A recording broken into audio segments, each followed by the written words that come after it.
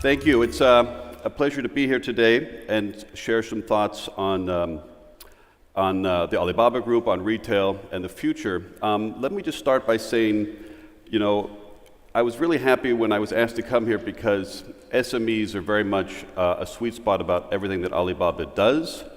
Technology is very important to what we do, but perhaps to make it clear, for us, technology is simply an enabler.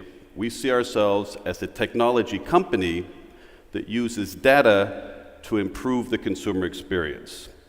That's what we're about. So we do a lot of things with things like applied artificial intelligence and other areas, but always with the goal to say, how is it actually going to help someone do something better, make it easier to do?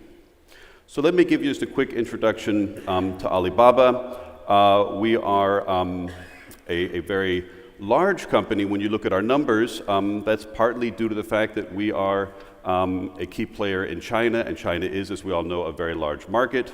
To give you a sense of the scale of China, there are about 18 cities in Europe with a population of 1 million or more.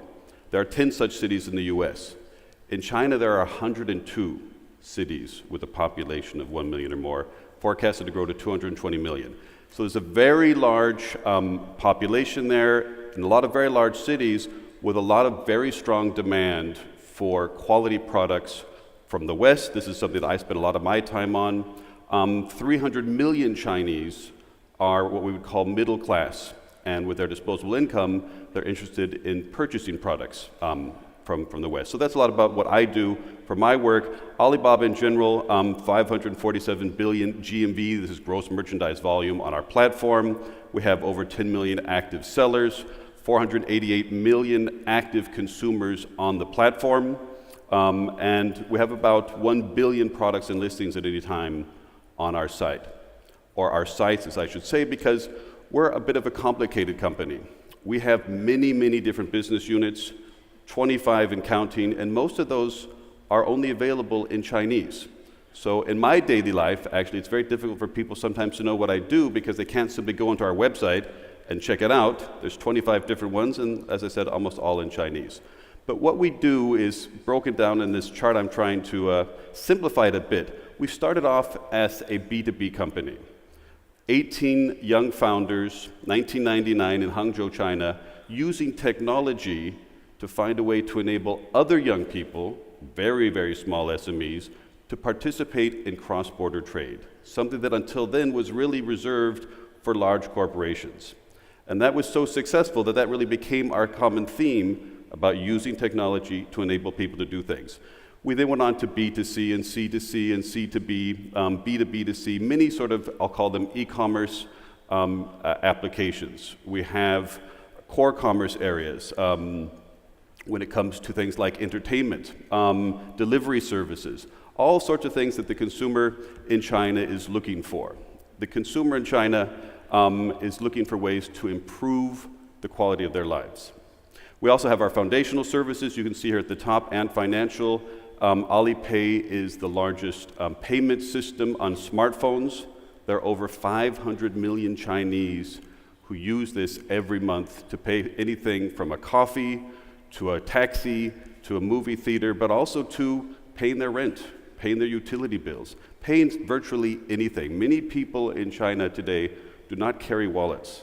They don't need to, because they can pay for everything with their smartphone. What they do carry actually is a battery to charge their smartphone, because if the smartphone goes out, they can't do anything. They couldn't get home because they wouldn't be able to pay for the taxi.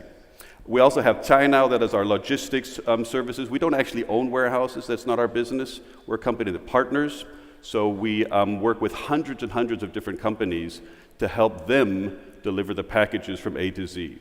Alimama is our big data and marketing platform. And then the foundation of the foundations, and one of the reasons I'm very happy to be here, is our Ali Cloud offering, providing the foundation for all of our platforms and for many of our customers. So it's quite a bit. The good news for you, the only thing you really need to remember from all these different business units is the one thing that ties them together, and that is our mission to make it easier to do business anywhere. This is what makes us tick. Every time we launch a new business unit, a new Ali, it's always in some way, shape, or form about helping people to do things more easily, be it consumers or businesses to consumers. So one of the things I want to do is show you a brief video, give you a bit history of the company. We can run the video now, please.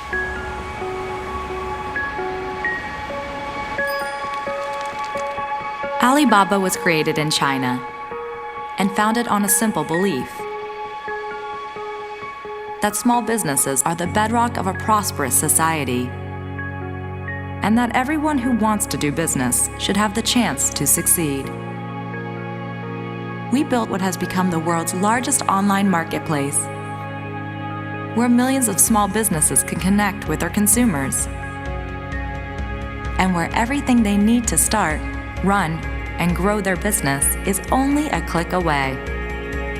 We helped entrepreneurs thrive in China, brought millions of people into the economy, and transformed how people shop, work, and live. Our efforts help to create jobs, spur innovation, and drive the growth of a new middle class. Although Alibaba was born in China, it was created for the world. And now we're ready to help small businesses prosper in every corner of the globe. We're building the infrastructure of commerce for the future, using technology to break down barriers and expand the boundaries of what's possible, so that someday, anyone who wants to do business anywhere will be able to connect with people everywhere.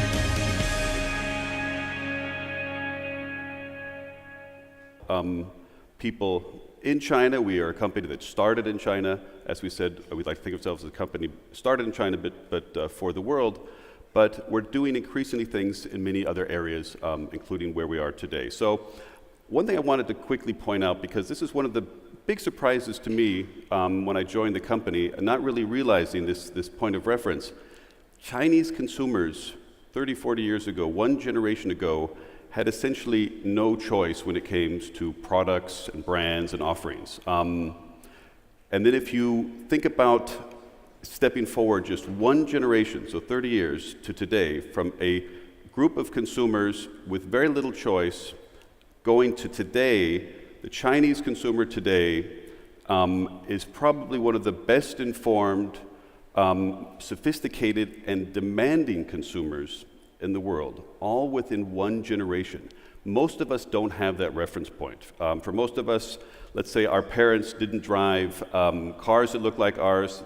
They didn't have smartphones back then, but they had a good selection of quality products and brands. In China, this was not the case. And so this transformation of the Chinese consumer has been an incredible milestone, and something where e-commerce and companies like my own have played a very, very large role, and a very important role. One of the other things we're working on, and relevant for our topic today, is something called EWTP. It's Electronic World Trade Platform. EWTP is an idea that our founder, Jack Ma, developed and brought together to the B20 at a recent meeting in Hangzhou. And we've recently just launched our first one of this case partnership in Malaysia. EWTP is really about trying to find ways to help SMEs do cross-border trade from country to country, not simply from one country to China or from one country to another, but all countries to all countries. Cross-border trade remains, for many SMEs, for most SMEs today, still very challenging. There's the challenge of logistics, marketing, regulation. And so what we do is we say we need to work with actual governments who make the regulations, work with logistics providers, work with service providers for marketing, work with SMEs to figure out how can we figure out a scalable way for small and medium-sized companies all over the world to really participate in global trade. It's a very long-term project. It's something we're doing with governments, other companies, and other infrastructure providers. Another project we're working on is what we call rural Taobao. So as I mentioned, China is very large, 1.38 billion consumers, 730 million of them are online, but there's about 600 million who have not been able to participate in this e-commerce consumer transformation. And so what we're doing, these are the people living in villages who are either too remote for the products that get delivered or with poor internet access or other things. And what we're trying to do is take 100,000 villages in China and enable these villages to be set up where the people living there can come to a single service center and buy goods from our platform, but have access to the internet access to do so, that will then be delivered in a timely way to that one center. They can both buy goods or sell their own goods. I visited some of these villages. I was in one village that's famous for growing nuts in China. The villagers have come together and they grow many different kinds of nuts and then sell them on our platform to the rest of China. I want to talk about one of our 25 business units I talked about before, Ali Cloud, because it's one of our fastest growing business areas. It's one where we see using technology to make it easy to do business. This is why we started Ali Cloud. We started it for our own needs. We, as a very large internet company, kept seeing more and more needs for digital capabilities for our infrastructure. So we had to build the cloud really just to service our own needs. We're having our Double 11 event happening in a few days. At Double 11 last year, it's the largest shopping event in 24 hours in the world, about 2.5 times the size of Black Friday and Cyber Monday combined. At the peak hours of Double 11 last year, we were doing up to 175,000 orders per second, 120,000 purchases per second. Would not be feasible if we said we'll go off and buy someone's hardware, we'll buy someone's technology. We had to build that ourselves. So Ali Cloud is something that we've also brought here to Dubai. So we're very happy to be the only one of the large 3 public cloud offerings of infrastructure as a service, the only one to have their data center here based in Dubai, in the UAE, actually the only one with a data center here in the MENA region. And we've done that because of the central location and the ability for us to say we want to help also SMEs in the UAE. We want to help SMEs in the region to tap into the abilities that cloud services give you. So let me give you some examples. We have 2.3 million clients running on our cloud services. That doesn't count the roughly 500 million people who are using our cloud service every day when they use our payment tools. When they use a payment tool like Ali Cloud, Alipay, that only works through the cloud, they're also, without knowing it, using our cloud services. Cloud is a tricky thing, I find, because a lot of people say, well, what is cloud about? Storage? Is cloud about processing? It's sometimes hard for people, especially SMEs, to say, well, what is it going to actually do for me? The cloud is really a blank piece of paper on which you can do anything, but that also makes it harder to understand. So there are general solutions for clouds. General solutions would be, we work with an SME that has a startup for hosting other people's websites. So a cloud is a very good solution for that. We work with industry solutions, for example, with Philips in China, who are setting up a professional health program where they need the cloud to be able to share data among professionals and the company itself in order to serve the consumer. We have partnership examples. I'm going to give one of those from a case here locally right after this. We have support functions where it's about doing customer care in a way that is actually better and faster through the cloud. And what you can see in all of these solutions, entrepreneurship will work with startups who are perhaps in the fashion industry. They have a huge amount of data coming in from their providers to their industry, but they also have a huge amount of data from their consumers. And processing that data without a cloud would be much more expensive and much more difficult. What you're seeing from these examples, though, kind of comes back to what I was talking about at the beginning. Technology is just there to enable people to realize their ideas. All these different partnerships, these 2.3 million clients we work with, it's not about Alibaba's business plan. It's not about what Alibaba wants to do. The cloud is always about using technology to enable another company, be it a 3-person company or several thousands and many thousands of people company, to say we're doing something, we have a value proposition, and we want to do our value proposition in a more efficient, cost-effective, scalable way. That's where the cloud comes in. So the one example I wanted to show you here in closing was an example we're very proud about working here in the UAE with the Khalifa University.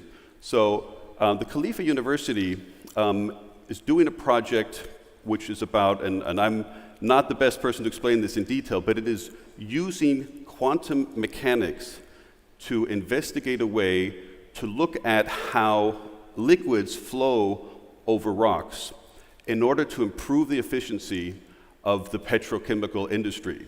So if you think about how understanding how oil or water is running over rocks at the molecular level using quantum mechanics.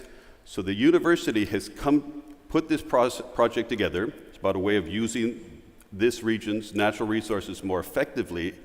And they have their own hardware, they have their own technology to do that, and that's the basis for the work. But they were looking for a partner to enable them to really scale those calculations. This is using elastic graphical processing units to look at how molecules interact as oil or water flow across a rock. Again, very complicated stuff, and where you need that processing power. And so that's where we stepped in as Ali Cloud to say, we can give you the ability to use our cloud services, use our elastic GPUs to make these calculations where you need to scale them. The project is from Khalifa University. The benefactors of this project are the local region.